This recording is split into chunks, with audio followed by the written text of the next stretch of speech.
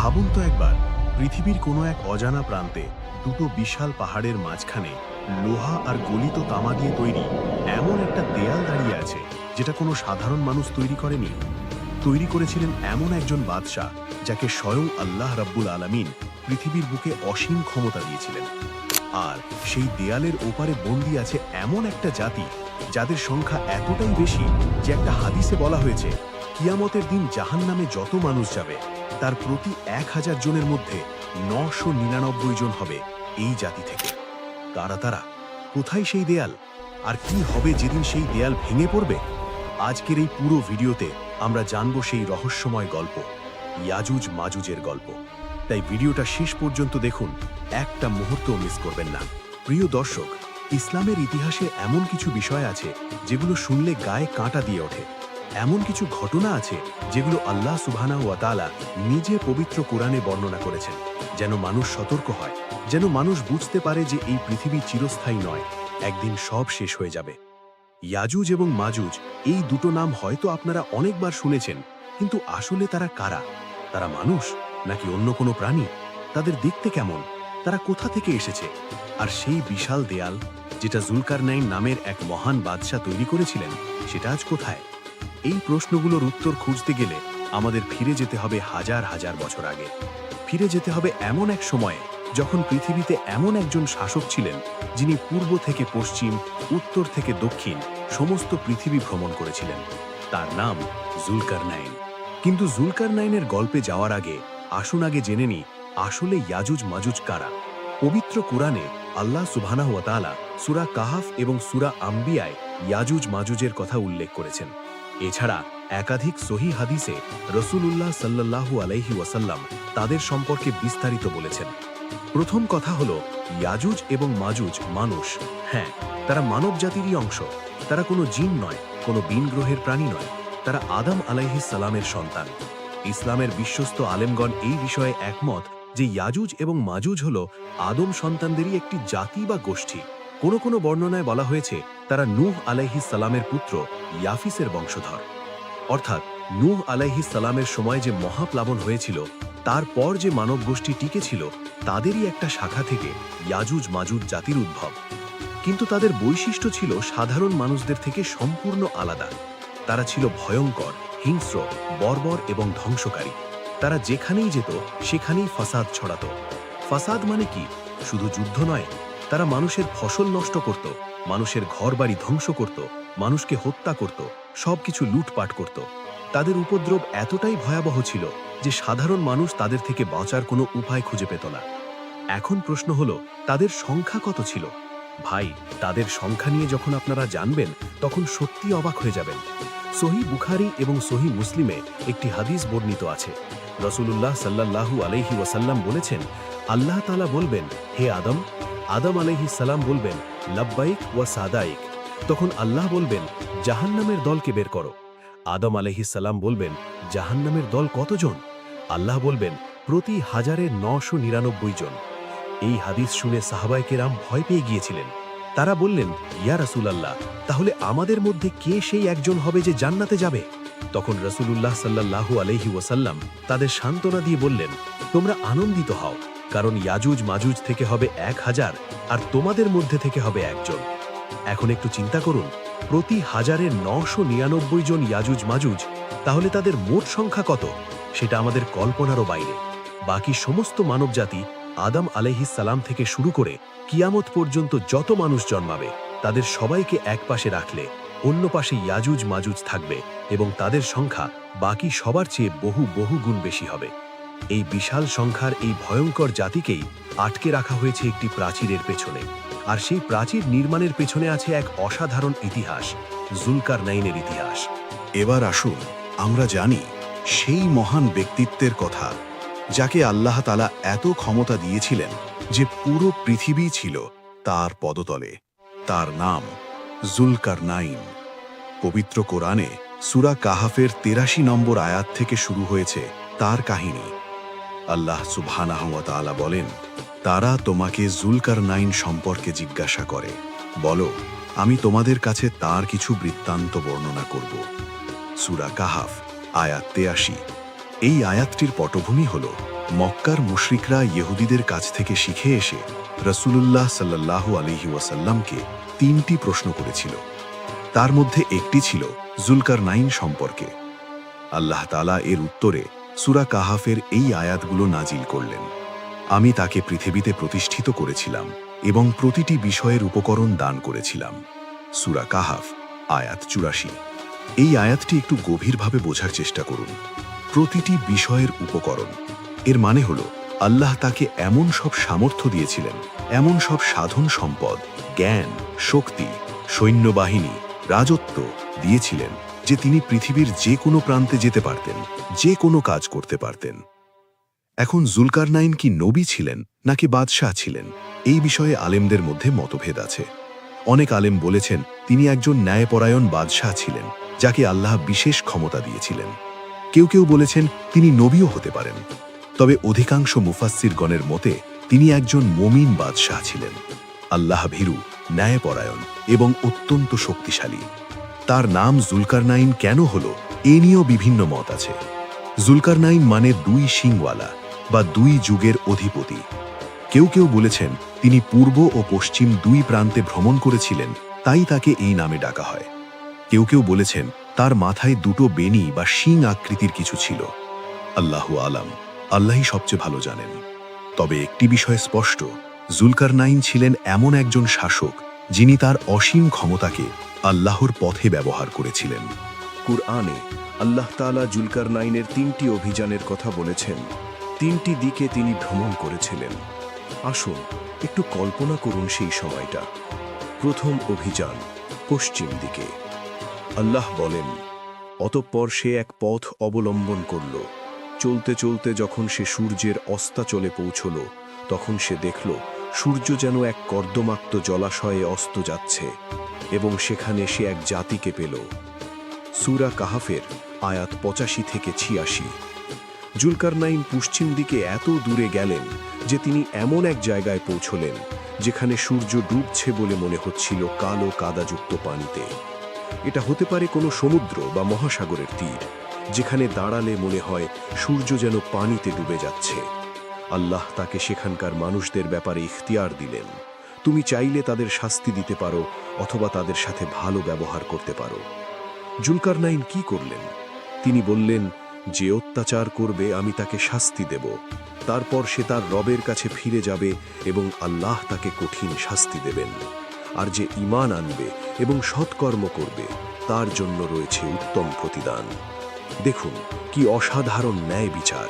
তিনি সবাইকে এক কাতারে ফেলেননি, জালিমদের শাস্তি দিয়েছেন আর ভালো মানুষদের সাথে ভালো ব্যবহার করেছেন। এটাই হলো ক্ষমতার সঠিক ব্যবহার। দ্বিতীয় অভিযান পূর্ব দিকে। এরপর আল্লাহ বলেন, অতঃপর সে আরেকটি পথ অবলম্বন করল।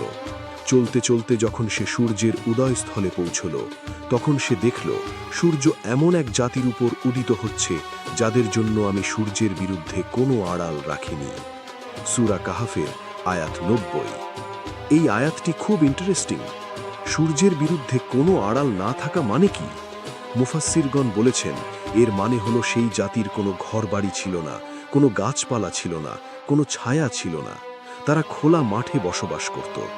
কেউ কেউ বলেছেন তারা সূর্য উঠলে মাটির গর্তে ঢোকে যেত এবং সূর্য ডুবলে বের হতো। সুবহানাল্লাহ। তৃতীয় অভিযান 2 পর্বত প্রাচীরের মধ্যবর্তী স্থানে। আর এবার আসছে সেই অংশ যেটার জন্য আপনারা অপেক্ষা করছেন। তৃতীয় অভিযান, যেখানে ইয়াজুজ মাজুজের কাহিনী শুরু হয়। আল্লাহ তাআলা বলেন, অতঃপর সে আরেকটি পথ অবলম্বন করল। চলতে চলতে যখন সে 2 পর্বত প্রাচীরের মধ্যবর্তী স্থানে পৌঁছল, তখন সে সেখানে এমন এক জাতিকে পেল যারা কোনো কথাই প্রায় বুঝতে পারত না। সূরা কাহফের আয়াত 93। এই মুহূর্তটা কল্পনা করুন। জুলকারনাইন তার বিশাল বাহিনী নিয়ে চলতে চলতে এসে পৌঁছলেন 2টো বিশাল পর্বতের মধ্যবর্তী একটি গিরিপথে। সেখানে একটি জনগোষ্ঠী বাস করে যারা এত অসভ্য, এত আদিম যে তারা কথাও ঠিকমতো বলতে পারে না, বুঝতে পারে না। কিন্তু তারা ভয়ে কাঁপছে, তারা ভয়ে জড়সড়। কেন? কারণ পাহাড়ের ওপার থেকে প্রতিনিয়ত আসছে ইয়াজুজ মাজুজ আর ধ্বংস করছে তাদের সবকিছু। সেই অসহায় মানুষগুলো জুলকারনাইনকে দেখে বুঝতে পারল এই ব্যক্তি অসাধারণ ক্ষমতাবান, তিনিই পারবেন তাদের বাঁচাতে। তারা কোনো রকমে ভাঙা কথায়, ইশারায় তাকে বোঝানোর চেষ্টা করল তাদের কষ্টের কথা। আল্লাহ তাআলা তাদের কথা কুরআনে এভাবে তুলে ধরেছেন। তারা বলল, হে জুলকরনাইন, ইয়াজুজ এবং মাজুজ এই ভূমিতে বিপর্যয় সৃষ্টি করছে। আমরা কি আপনাকে কর বা অর্থ দেব এই শর্তে যে আপনি আমাদের এবং তাদের মধ্যে একটি প্রাচীর নির্মাণ করে দেবেন? সূরা কাহাফ আয়াত 94। এই আয়াতে ইউফসিদুনা ফিল আরদ অর্থাৎ তারা পৃথিবীতে ফাসাদ করছে, এই কথাটা খুব গুরুত্বপূর্ণ। ফাসাদ মানে শুধু যুদ্ধ করা না, ফাসাদ মানে সব কিছু ধ্বংস করা, মানুষের জীবনকে অসহনীয় করে তোলা, সকল প্রকার অনাচার এবং বিশৃঙ্খলা তৈরি করা। ইয়াজুজ মাজুজ ঠিক এটাই করত। সেই মুসলিম মানুষগুলো জুলকরনাইনকে বলছে, আমরা আপনাকে টাকা দেব, সম্পদ দেব, আপনি শুধু একটা দেয়াল বানিয়ে দিন আমাদের আর তাদের মাঝখানে। কত অসহায় ছিল তারা, ভাবুন একবার। এখন এখানে জুলকরনাইন যে উত্তর দিলেন সেটা পৃথিবীর ইতিহাসের সবচেয়ে সুন্দর উত্তরগুলোর একটি। একটু মনোযোগ দিয়ে শুনুন। আল্লাহ তাআলা বলেন, জুলকরনাইন বলল, আমার রব আমাকে যা দিয়েছেন তাই উত্তম। তোমরা শুধু আমাকে শ্রমশক্তি দিয়ে সাহায্য করো, আমি তোমাদের ও তাদের মধ্যে একটি মজবুত প্রাচীর তৈরি করে দেব। সূরা কাহাফ আয়াত 95। সুবহানাল্লাহ, কি অসাধারণ চরিত্র! এত বড় একজন বাদশাহ, সারা পৃথিবীর শাসক, তিনি বলছেন, তোমাদের টাকা আমার দরকার নেই, আমার রব আমাকে যা দিয়েছেন সেটাই যথেষ্ট। এখানে দুটো গুরুত্বপূর্ণ শিক্ষা আছে। প্রথমত, তিনি তার ক্ষমতা এবং সম্পদকে আল্লাহর দান বলে স্বীকার করলেন। তিনি বলেন না যে আমি নিজে এত শক্তিশালী, আমার কত সৈন্য আছে। তিনি বললেন, আমার রব আমাকে যা দিয়েছেন। এটাই হলো একজন প্রকৃত মুমিনের বৈশিষ্ট্য। দ্বিতীয়ত, তিনি কোনো অর্থ নেননি, তিনি বিনিময় ছাড়াই এই মহান কাজ করতে রাজি হলেন, শুধু আল্লাহর সন্তুষ্টির জন্য, শুধু মুসলিমদের রক্ষা করার জন্য। এবার আসুন সেই ঐতিহাসিক মুহূর্তে, যখন শুরু হলো সেই অবিশ্বাস্য দেয়ালের নির্মাণ কাজ। কোরআনে আল্লাহ তাআলা এই নির্মাণের প্রক্রিয়া বিস্তারিতভাবে বলেছেন। আল্লাহ বলেন, তোমরা আমাকে লোহার পাত এনে দাও। সূরা কাহাফ আয়াত 96। জুলকারনাইন প্রথমে লোহার বড় বড় পাত বা টুকরো আনতে বললেন। এই লোহাগুলো ছিল বিশাল আকৃতির। মানুষেরা সেগুলো বয়ে এনে দুটো পাহাড়ের মধ্যবর্তী ফাঁকা জায়গায় স্তূপ করতে লাগল, একটার ওপর আরেকটা, একটার ওপর আরেকটা। এভাবে লোহার পাতগুলো জমা হতে লাগল। আল্লাহ তাআলা বলেন, যখন সে দুই পাহাড়ের মধ্যবর্তী ফাঁক সমান করে দিল, অর্থাৎ যতক্ষণ না পর্যন্ত লোহার পাতগুলো দুটো পাহাড়ের চূড়ার সমান উচ্চতায় পৌঁছল, ততক্ষণ কাজ চলল। কল্পনা করুন, দুটো বিশাল পাহাড় আর তাদের মাঝখানের পুরো ফাঁকা জায়গাটা লোহা দিয়ে ভরাট হচ্ছে পাহাড়ের উচ্চতা পর্যন্ত। এরপর কি হলো? জুলকারনাইন বললেন, তোমরা ফুঁক দাও, আগুন জ্বালাও। সূরা কাহাফ আয়াত 96। মানুষেরা ফুঁক দিয়ে বিশাল আগুন জ্বালালো। সেই আগুনে লোহাগুলো উত্তপ্ত হতে লাগল। যখন সমস্ত লোহা আগুনে টকটকে লাল হয়ে গেল, তখন সে বলল, আমার কাছে গলিত তামা এনে দাও, আমি তা এর উপর ঢেলে দেব। সুবহানাল্লাহ, কি অসাধারণ ইঞ্জিনিয়ারিং! প্রথমে লোহার পাত দিয়ে কাঠামো তৈরি করা হলো, তারপর সেটাকে আগুনে গরম করা হলো, এরপর গলিত তামা ঢেলে দেওয়া হলো, যাতে লোহার তামা মিশে একটি অবিচ্ছেদ্য, অত্যন্ত মজবুত ধাতব প্রাচীর তৈরি হয়। এই প্রাচীর এতই মজবুত ছিল যে, আল্লাহ তাআলা বলেন, ফলে তারা অর্থাৎ ইয়াজুজ মাজুজ এটা অতিক্রম করতেও সক্ষম হলো না এবং এতে ছিদ্রও করতে পারল না। কারণ এটা শুধু জুলকারনাইনের দেয়াল ছিল না, এর পেছনে ছিল আল্লাহর সরাসরি সাহায্য এবং তাকদীর। দেয়াল নির্মাণ শেষ হওয়ার পর জুলকারনাইন কি বললেন সেটা শুনলে আপনার চোখে পানি আসবে। এত বিশাল কাজ, এত অসাধারণ অর্জন, অথচ তিনি এতটুকু অহংকার করলেন না। তিনি বললেন, এটি আমার রবের অনুগ্রহ। যখন আমার রবের প্রতিশ্রুতি অর্থাৎ কিয়ামত আসবে, তখন তিনি একে চূর্ণ বিচূর্ণ করে দেবেন। আর আমার রবের প্রতিশ্রুতি সত্য। সূরা কাহাফ আয়াত ৯৮। আল্লাহু আকবার, কি শক্তিশালী কথা!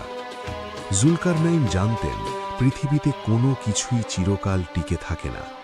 এখন আসি সেই প্রশ্নে যেটা সবচেয়ে বেশি জিজ্ঞাসা করা হয়, ইয়াজুজ মাজুজের দেয়ালটি আসলে কোথায়? এই বিষয়ে একটা কথা পরিষ্কার করে বলা দরকার। কুরআন এবং সহিহ হাদিসে দেয়ালের সুনির্দিষ্ট ভৌগোলিক অবস্থান উল্লেখ করা হয়নি। তবে কিছু ইঙ্গিত এবং বর্ণনা থেকে আলেমগণ বিভিন্ন মত দিয়েছেন।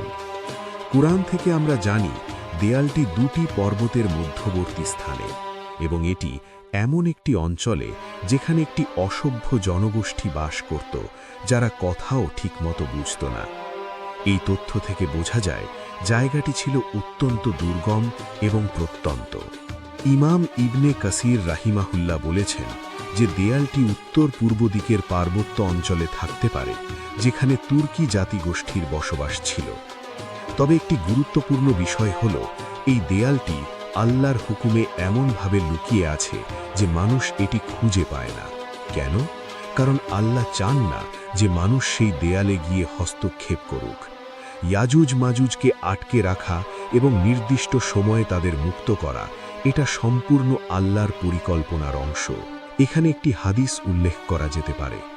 সহিহ মুসলিমে বর্ণিত আছে, রাসূলুল্লাহ সাল্লাল্লাহু আলাইহি ওয়াসাল্লাম একদিন ভয়ে জেগে উঠলেন এবং বললেন, লা ইলাহা ইল্লাল্লাহ, আরবদের জন্য ধ্বংস নিকটবর্তী। আজ ইয়াজুজ মাজুজের প্রাচীরে এতটুকু ছিদ্র হয়েছে। এই কথা বলে তিনি তার বৃদ্ধাঙ্গুলি ও তর্জনী দিয়ে একটি গোল ছিদ্র দেখালেন। উম্মুল মুমিনিন যায়নাব রাদিয়াল্লাহু আনহা জিজ্ঞেস করলেন, ইয়া রাসূলাল্লাহ, আমাদের মধ্যে সৎ মানুষ থাকা সত্ত্বেও কি আমরা ধ্বংস হব? তিনি বললেন, হ্যাঁ, যখন পাপাচার বেড়ে যাবে। এই হাদিস থেকে আমরা বুঝতে পারি যে ইয়াজুজ মাজুজ প্রতিনিয়ত দেয়ালে ছিদ্র করার চেষ্টা করছে, এবং রাসূলুল্লাহ সাল্লাল্লাহু আলাইহি ওয়াসাল্লামের যুগেও তাদের কার্যক্রম চলমান ছিল। নির্দিষ্ট সময় আসলে আল্লাহর হুকুমে সেই দেয়াল ভেঙে পড়বে। একটি বর্ণনায় এসেছে, ইমাম আহমদ এবং অন্যান্য মুহাদ্দিসগণ বিভিন্ন সনদে বর্ণনা করেছেন, ইয়াজুজ মাজুজ প্রতিদিন সেই দেয়ালে খোদাই করে। তারা প্রতিদিন কাজ শুরু করে। সারা দিন ধরে তারা খুঁড়তে থাকে। যখন তারা দেয়ালের একেবারে শেষ স্তরে পৌঁছায়, যখন প্রায় সূর্যের আলো দেখা যায় ওপার থেকে, ঠিক তখনই তাদের নেতা বলে, চলো আজ থামো, কাল আবার এসে শেষ করব। কিন্তু রাতে কি হয়? আল্লাহ তাআলার হুকুমে দেয়ালটি আবার আগের মতো হয়ে যায়।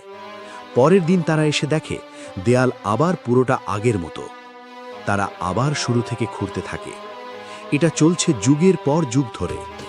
কিন্তু একটা দিন আসবে যেদিন আল্লাহ চাইবেন, সেদিন তাদের নেতা বলবে, চলো আজ থামো, ইনশাআল্লাহ বা আল্লাহ চাইলে কাল এসে শেষ করব। আগে সে কখনো ইনশাআল্লাহ বলতো না, কিন্তু সেদিন আল্লাহ তার মুখে এই কথা বলিয়ে নেবেন।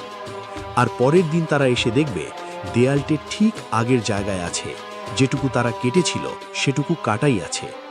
আর তারা শেষ স্তরটুকু ভেঙে ফেলবে এবং স্রোতের মতো বেরিয়ে আসবে পৃথিবীতে। এখন আসুন জানি সেদিন কি ঘটবে, যেদিন ইয়াজুজ মাজুজ বেরিয়ে আসবে। এটি কিয়ামতের অন্যতম বড় আলামত। সহিহ মুসলিমে একটি দীর্ঘ হাদিস বর্ণিত আছে, যেখানে রাসূলুল্লাহ সাল্লাল্লাহু আলাইহি ওয়াসাল্লাম বলেছেন, ঈসা ইবনে মারিয়াম দাজ্জালকে হত্যা করার পর আল্লাহ তাআলা তার কাছে ওহী পাঠাবেন। আমি এমন কিছু বান্দা বের করতে যাচ্ছি যাদের সাথে যুদ্ধ করার ক্ষমতা কারও নেই। তুমি আমার বান্দাদের নিয়ে তুর পাহাড়ে আশ্রয় নাও। আল্লাহু আকবার। ঈসা আলাইহিস সালাম, যিনি একজন মহান নবী, যিনি দাজ্জালকে হত্যা করলেন, তাকেও আল্লাহ বলছেন ইয়াজুজ মাজুজের সাথে যুদ্ধ করার ক্ষমতা কারও নেই। হাদিসে আরও বলা হয়েছে, তারা পৃথিবীতে ছড়িয়ে পড়বে, মানুষকে হত্যা করবে, সব কিছু ধ্বংস করবে। এত মানুষকে তারা মারবে যে তাদের অস্ত্র মানুষের রক্তে ভেসে উঠবে। তারপর তারা আকাশের দিকে তীর ছুড়বে এবং সেই তীর রক্তমাখা অবস্থায় ফিরে আসবে।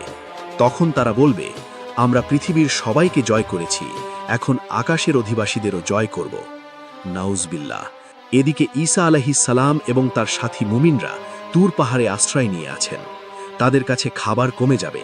একটি গরুর মাথা তাদের কাছে 100 দিনারের চেয়েও বেশি মূল্যবান হয়ে যাবে। অবস্থা হবে অত্যন্ত কঠিন এবং কষ্টকর। তখন ঈসা আলাইহিস সালাম এবং তার সঙ্গীরা আল্লাহর কাছে দোয়া করবেন। কাতরভাবে, আকুতি ভরে, চোখের পানি ফেলে তারা আল্লাহর কাছে সাহায্য চাইবেন। আর তখনই, ঠিক তখনই আল্লাহ রাব্বুল আলামিন তার অসীম কুদরত দেখাবেন। রাসূলুল্লাহ সাল্লাল্লাহু আলাইহি ওয়াসাল্লাম বলেছেন, আল্লাহ তাআলা ইয়াজুজ মাজুজের ঘাড়ে নাগাফ নামক কীট পাঠাবেন। সহিহ মুসলিম। নাগাফ এটি একটি ক্ষুদ্র পোকা বা কীট যা সাধারণত উট বা ভেড়ার নাকে হয়। আল্লাহ তাআলা এই ক্ষুদ্র কীট দিয়ে সেই বিশাল জাতিকে ধ্বংস করবেন। চিন্তা করুন, যাদের সাথে যুদ্ধ করার ক্ষমতা কারও ছিল না, যাদের ঈসা আলাইহিস সালামও মোকাবেলা করতে পারেননি, তাদের আল্লাহ ধ্বংস করবেন একটি ক্ষুদ্র পোকা দিয়ে। এটাই আল্লাহর কুদরত, এটাই আল্লাহর মহাপরিকল্পনা। সুবহানাল্লাহ। এই কীট তাদের ঘাড়ে লাগবে এবং সকালবেলা তারা সব একসাথে মারা যাবে, যেমন একটি প্রাণী মারা যায়, একই সাথে একই মুহূর্তে। এরপর ঈসা আলাইহিস সালাম এবং তার সাথীরা পাহাড় থেকে নেমে আসবেন, কিন্তু তারা দেখবেন পৃথিবীর প্রতিটি ইঞ্চি ইয়াজুজ মাজুজের মৃতদেহে ভরে গেছে। তাদের লাশের দুর্গন্ধে চলাফেরা করা অসম্ভব হয়ে যাবে। পৃথিবীতে 1 বিঘত জায়গাও পাওয়া যাবে না যেখানে তাদের মৃতদেহ নেই। তখন ঈসা আলাইহিস সালাম আবার আল্লাহর কাছে দোয়া করবেন।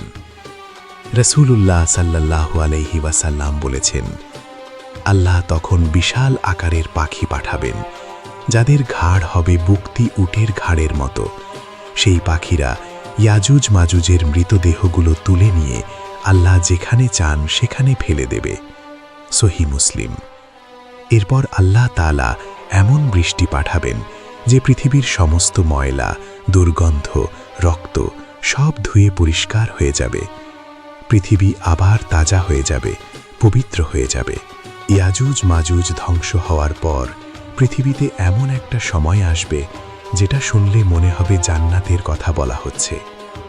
রাসূলুল্লাহ সাল্লাল্লাহু আলাইহি ওয়াসাল্লাম বলেছেন, আল্লাহ তাআলা পৃথিবীকে বলবেন, তোমার ফল বের করো এবং তোমার বরকত ফিরিয়ে দাও। সেদিন একটি ডালিম খেয়ে একটি দল পরিতৃপ্ত হবে এবং তার খোসা দিয়ে তারা ছায়া নেবে। সহিহ মুসলিম। একটি ডালিম এত বড় হবে যে এক দল মানুষ সেটা খেয়ে তৃপ্ত হবে এবং তার খোসা দিয়ে রোদ থেকে আড়াল নেবে। দুধে এত বরকত হবে যে একটি উটের দুধে একটি বড় গোষ্ঠীর জন্য যথেষ্ট হবে, একটি গরুর দুধে একটি গোত্রের জন্য যথেষ্ট হবে, একটি ছাগলের দুধে একটি পরিবারের জন্য যথেষ্ট হবে। সুবহানাল্লাহ, কি অসাধারণ বরকত! এটা হবে ঈসা আলাইহিস সালামের সময়কাল, যখন পৃথিবীতে ন্যায় বিচার প্রতিষ্ঠিত হবে, শান্তি আসবে এবং আল্লাহর অনুগ্রহ চারদিকে ছড়িয়ে পড়বে। মজার ব্যাপার হলো, আল্লাহ তাআলা ইয়াজুজ মাজুজের ঘটনাটি সূরা কাহাফে রেখেছেন। এই সূরায় 4টি বড় ঘটনা আছে। আসহাবে কাহাফ, গুহাবাসীদের ঘটনা, 2 বাগানওয়ালার ঘটনা, মূসা আলাইহিস সালাম ও খিজির আলাইহিস সালামের ঘটনা এবং জুলকারনাইনের ঘটনা। প্রতিটি ঘটনায় একটি মূল বার্তা আছে। দুনিয়া ক্ষণস্থায়ী, আখিরাত চিরস্থায়ী। ক্ষমতা, সম্পদ, জ্ঞান সবকিছুই আল্লাহর দান এবং সবকিছুর জন্য আল্লাহর কাছে জবাবদিহি করতে হবে। রাসূলুল্লাহ সাল্লাল্লাহু আলাইহি ওয়াসাল্লাম বলেছেন, যে ব্যক্তি সূরা কাহাফের প্রথম 10টি আয়াত মুখস্থ করবে সে দাজ্জালের ফিতনা থেকে নিরাপদ থাকবে। সহিহ মুসলিম। আর প্রতি শুক্রবার সূরা কাহাফ তিলাওয়াত করলে 2 শুক্রবারের মধ্যবর্তী সময়ের জন্য নূর দেয়া হয়। সুবহানাল্লাহ। এই সূরায় ইয়াজুজ মাজুজের ঘটনা রাখার পেছনে আল্লাহর কত বড় হিকমত! তিনি চান আমরা প্রতি সপ্তাহে এই সূরা পড়ি, এই ঘটনাগুলো থেকে শিক্ষা নিই এবং কেয়ামতের জন্য প্রস্তুত হই। প্রিয় ভাই ও বোনেরা, ইয়াজুজ মাজুজের ঘটনা শুধু একটি ভবিষ্যৎ ঘটনার বিবরণ নয়, এটি আমাদের জীবনের জন্য একটি শক্তিশালী সতর্কবার্তা। আমরা দুনিয়ার মোহে এতটাই ডুবে আছি যে কেয়ামতের কথা, আখিরাতের কথা আমরা ভুলে গেছি। আমরা ভাবি আরও অনেক সময় আছে, পরে তওবা করব, পরে নামাজ পড়ব, পরে ভালো কাজ করব, কিন্তু পরে কখন আসবে কেউ জানে না। ইয়াজুজ মাজুজ বের হওয়া কিয়ামতের একটি বড় আলামত। এর আগে আরও অনেক আলামত আসবে, কিন্তু একটি কথা মনে রাখুন, কিয়ামত প্রতিটি মানুষের জন্য আলাদা আলাদাভাবেও আসে। কিভাবে? মৃত্যুর মাধ্যমে। আপনার মৃত্যু মানে আপনার জন্য কিয়ামত শুরু। আর মৃত্যু কখন আসবে, কোথায় আসবে, কিভাবে আসবে কেউ জানে না। তাই এখনই সময়, এখনই তওবা করুন, এখনই আল্লাহর কাছে ফিরে আসুন। প্রিয় দর্শক, আজকের এই পুরো ভিডিওতে আমরা জানলাম ইয়াজুজ মাজুজের কাহিনী। জানলাম কারা তারা, কোথায় তাদের দেয়াল, কে সেই দেয়াল নির্মাণ করেছিলেন এবং কি ঘটবে যেদিন তারা বেরিয়ে আসবে। কিন্তু এই সব কিছুর পেছনে একটাই বার্তা, আল্লাহ সুবহানাহু ওয়া তাআলার পরিকল্পনা নিখুঁত। তিনি সবকিছু জানেন, সবকিছু নিয়ন্ত্রণ করেন এবং সবকিছুর একটি নির্দিষ্ট সময় আছে।